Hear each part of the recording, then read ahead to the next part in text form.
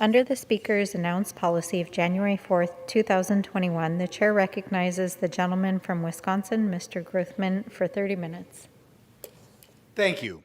I'd like to use this time to speak to a half hour on a variety of issues, primarily the Build Back Better bill.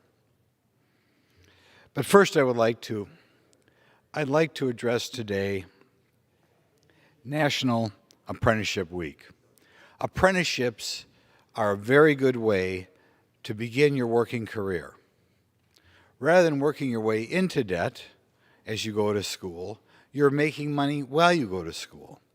And there is no better preparation for a job than doing the job itself. Be it in construction, be it in manufacturing, be it in healthcare, there is a strong need in America for skills. And apprenticeship is a way to get those skills and assure that you hit the ground running and get a good paying job immediately. I strongly encourage all Americans, particularly young Americans, who are looking for a job to look at apprenticeship and encourage administrators of high schools and secondary schools to present apprenticeships as options for young people. Now I would like to address the Build Back Better bill. A lot has been written and talked about the Build Back Better bill from this very microphone. And a lot has been focused on the additional taxes that we need to pay for it and the overall level of spending resulting in more inflation. All that is true. But I think the most dangerous thing about the bill is what the money is being spent for. And I'm going to address 5 areas in general tonight for the American public to remember. Right now, I think the biggest problem in America deals with illegal immigration. The numbers are well known. In July a year ago, 8,000 people came into this country. This July, it was 105,000 people. This October, we hit the all-time high number of people processed for any October at the southern border. The drug gangs are making lots of money down there. Some people tell me the drug gangs are making more money bringing people in the country than they did selling drugs. 7 years ago when I first got this job, 45,000 Americans a year were dying of illegal drug overdose. We're now at 93,000, more than double. When I first got here, we talked about the number of people dying of illegal drug overdoses approaching the number of soldiers who died in Vietnam. Now we're approaching twice the number of soldiers who died in Vietnam. We talk about the humanitarian mess down there. Within July, 15,000 minors left unknown coming in the country. Last year we hit another all-time record, 557 deaths of people trying to get in the country, be it dehydrating in the desert, drowning in the Rio Grande, or falling off the wall. And what do we do? What are we doing with this crisis in this bill? What vision do they have for America? Well, first of all, they're going to take about 7 million people who've snuck into the country illegally in the past and give them amnesty. In addition to the unfairness of having some people skip ahead of other people, that is an invitation to bring still more people in the country. Secondly, they're going to make it more difficult to kick people out of the country. More parole for people with sex offenses, people with firearm offenses. And this parole is mandatory. It's not something that can be revoked at the discretion of DHS. In this bill, as a further inducement to come here, we're going to give away free Pell Grants, which is to say free college scholarships to people come here illegally. Hard as it is to believe, while Americans are spending $20,000, $30,000, $40,000, $50,000 in debt for a college diploma, in the Build Back Better bill, we're going to give away free college to people who are here illegally. Furthermore, in this bill, a bill spending trillions of dollars, about the only thing they're not spending more money on is the Border Patrol. And we all know that as more children come here, the Border Patrol has to spend more time on paperwork, caring for children, so they need more people at the border. But as the border is left open, the one thing the Democrat Party, sadly, feels is not a priority is more Border Patrol agents. So again, to repeat, in the Build Back Better bill, 7 million more people given amnesty, revoking requiring more parole for people who've committed serious crimes so that they are not kicked out of the country, and free Pell Grants, which fits nicely with the free health care we give away give away as well. I want to mention that free health care. The average American sitting there worrying about their deductibles. Should we go to the doctor? Should we not? What's the majority party want to do? Well, we got to give illegals free health care. It's the only fair thing to do. The second big problem, I think, in this country is what I'll call a growing number of Americans adopting the welfare lifestyle.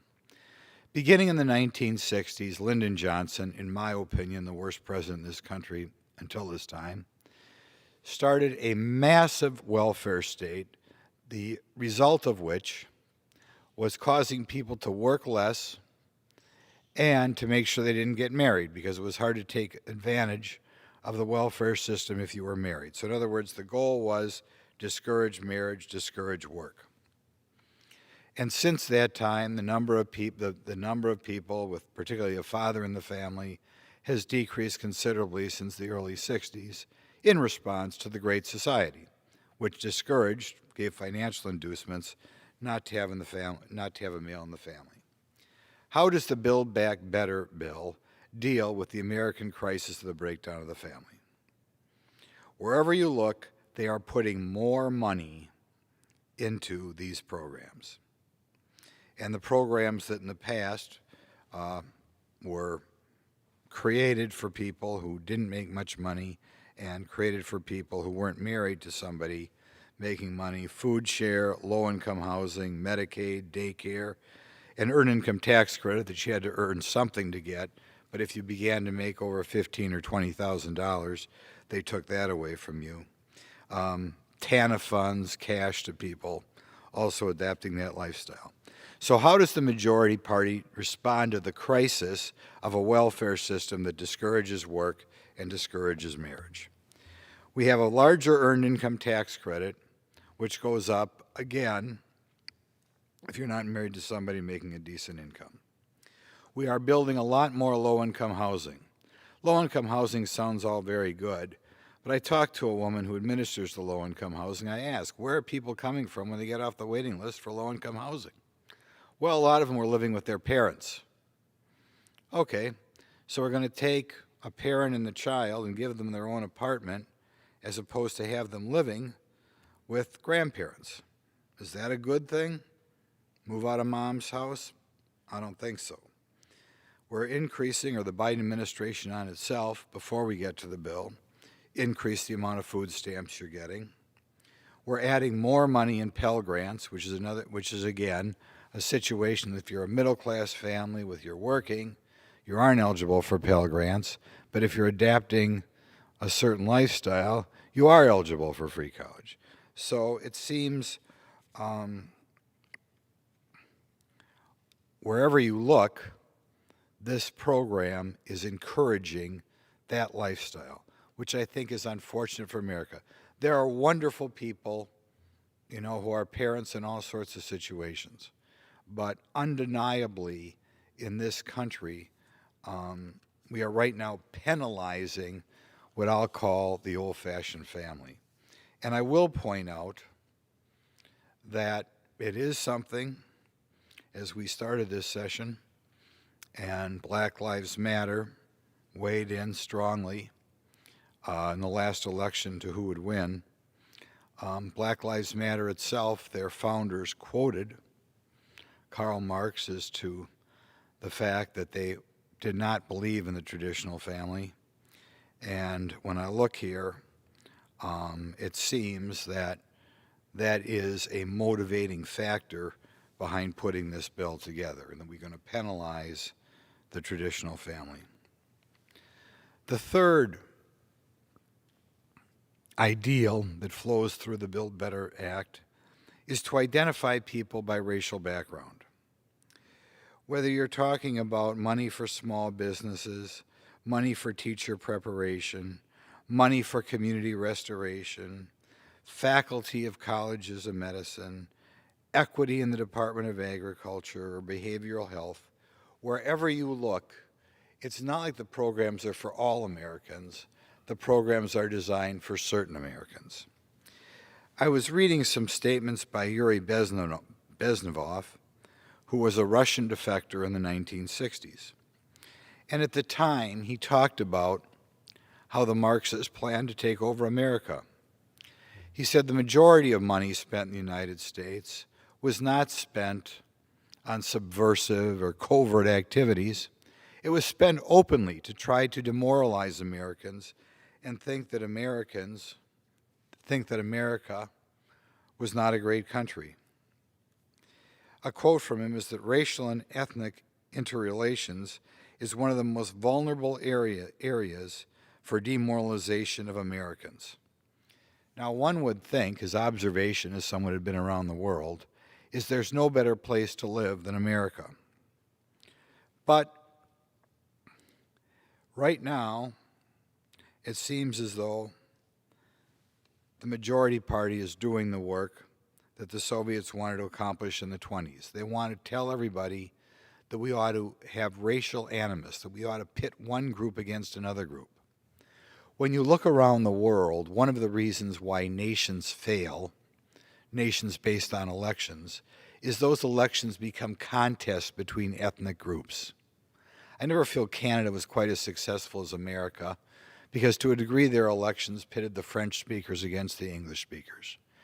You look at elections in the Middle East, and it's the Sunnis against the Shiites. You look at elections in Africa, and it's one tribe against another tribe. In other words, when they go to the polls, they don't say, what's the appropriate money to spend on national defense? Or what's our roads policy?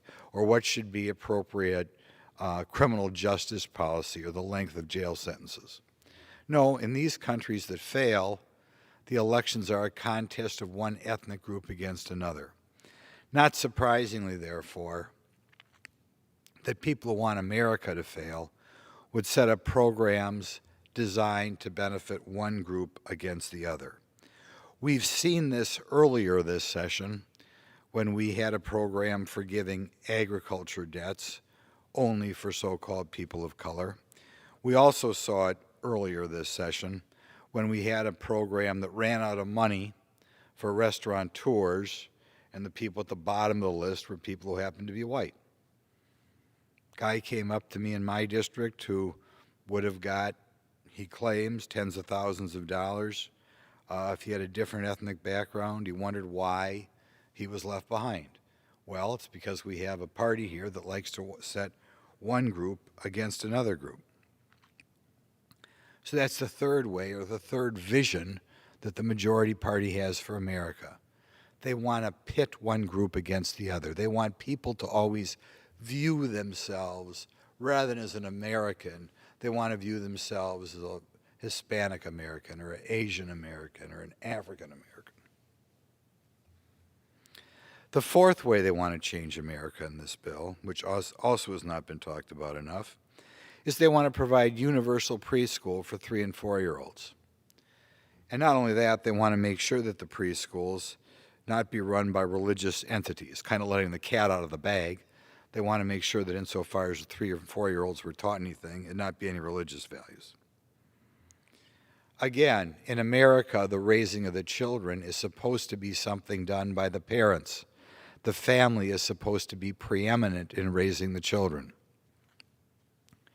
Even in my lifetime, the kindergartners have gone from, at least in Wisconsin, from half-day 5-year-old kindergarten to all-day 5-year-old kindergarten to half-day 4-year-old kindergarten. We are now in one swoop having the federal government that under the Constitution should have nothing to do with this whatsoever anyway, going all the way down to the government raising the 3- and 4-year-olds. It is a fundamental change in how much influence the parents have on their children and should be resisted. Not resisted for the cost, though the cost is a good reason to resist it, but resist it because it is contrary to the pro-family values that our ancestors felt we would have. The fifth thing that I'd like to talk about in this bill is it's apparent the authors want a lot more government surveillance of what people are doing. President Biden on his own recently proposed monitoring every $600 transfer. Eventually he had to back off under public criticism. He's now at $10,000. But if he could get back down to $600, he'd do it in a heartbeat. Why would the government care if I cash a $600 check? I can imagine in today's world why they would care. Maybe they want to monitor me. Maybe they want to see what type of church I'm contributing money to. Maybe they want to see if I'm purchasing a firearm. Maybe they want to see if I'm giving money to a magazine or giving money to a political party. Maybe magazine espousing politically incorrect beliefs. Maybe they want to look out as to whether I'm giving money to a political party that may be out of favor in a few years. I think it is appalling that anybody would think that it's up to the government to see exactly where I'm spending my money. And we all know it's going for only bad purposes. But in this bill, there's another item that hasn't been talked about enough, and that is the majority party wants to hire another 85,000 IRS agents. 85,000. That's bigger than the average, I think it's bigger than the average NFL stadium. It's about one of the big college stadiums. I went to University of Wisconsin. It's about the size of filling up Camp Randall. 85,000 agents. And of course, what's the purpose of those agents? To go around and monitor people's tax returns, to poke around, look for receipts, make adjustments, make guesses to what your income actually should be. It's clearly a different sort of country if you have 85,000. I wouldn't bring this up if it was 1,000 new agents, but 85,000 new IRS agents. It sounds like proportionally like we're headed again towards more of a surveillance state, towards less of a free state. It's the envision, sadly, of the majority party. So I want to review them one more time. I hope the American public, when they look at this bill, does pay attention to the bottom line. Going to be more inflation, higher cost on the heat bill, no question about it. But regardless of the amount of money, this is a document put together by people who want to encourage illegal immigration, all the way down to giving free college to people who come here. It's a party who wants to increase the welfare benefits that are conditioned upon not working too much and certainly not marrying a person with a respectable income. It's a party that wants to further entrench in the American psyche the idea that we had to have different programs based on sex, different programs based on race, and people ought to ask, what are you going to give me because I am from this group? Or what are you going to give me because I'm a woman, rather than treating all Americans the same? It's a bill that's put out with an ideal of the government raising the children instead of the parents, more responsibility for raising the children instead of the parents. Again, something that I think would have stunned our forefathers. And finally, it's a bill put together by people who want to hire a lot of new government employees to monitor what's going on. I strongly encourage my colleagues to vote against the bill, and I strongly encourage the American public to familiarize yourself not only with the size of the cost of the bill, but the degree to which we are fundamentally changing the way Americans live. Now I'm going to speak one more time on an issue which I'll try to highlight later this week or next week. We have a big COVID problem in this country, and obviously a lot of money is being spent on vaccines and a lot of money is going into educating people. It is my opinion that not enough attention has been paid to what we can do to cure COVID if you get COVID, be it vaccinated or unvaccinated. Months, maybe even a year ago now, some Israeli researchers discovered that phenofibrate, a generic drug that has been used to treat high cholesterol, has tremendous potential success in curing COVID. More recently, they found 15 people who not only had COVID, but had pneumonia and were on oxygen. I would say if somebody had COVID with pneumonia and on oxygen, they were in bad shape. They gave them this generic drug, which was freely used for over 40 years in this country for high cholesterol, and 14 of the 15 patients were out of the hospital in 4 days. The other guy was out in 2 weeks. In other words, it sounds like a cure. I have been trying to get the CDC to push more, they put a little money into it, but push more money into this program for research to see whether or not we'd have a cure. I have been told by the researchers to this day if the CDC would try a little bit harder, and there is a researcher at the University of Pennsylvania looking into this, but if you really want to say it's successful, you want to find at least 700 subjects or patients. It's hard to find that many people without help from the CDC, particularly if you don't have the big money of the drug companies behind you. Right now, our researcher at the University of Pennsylvania has about 350 people. He likes to believe that by the end of March, he'll be able to make a definitive statement that fenofibrate would be able to cure COVID for under 50 cents a day. Wouldn't that be wonderful? And not only does it cure COVID, but if you get COVID, it will be much less serious. And right now, long-term COVID, even if you're cured, can result in long-term health problems otherwise.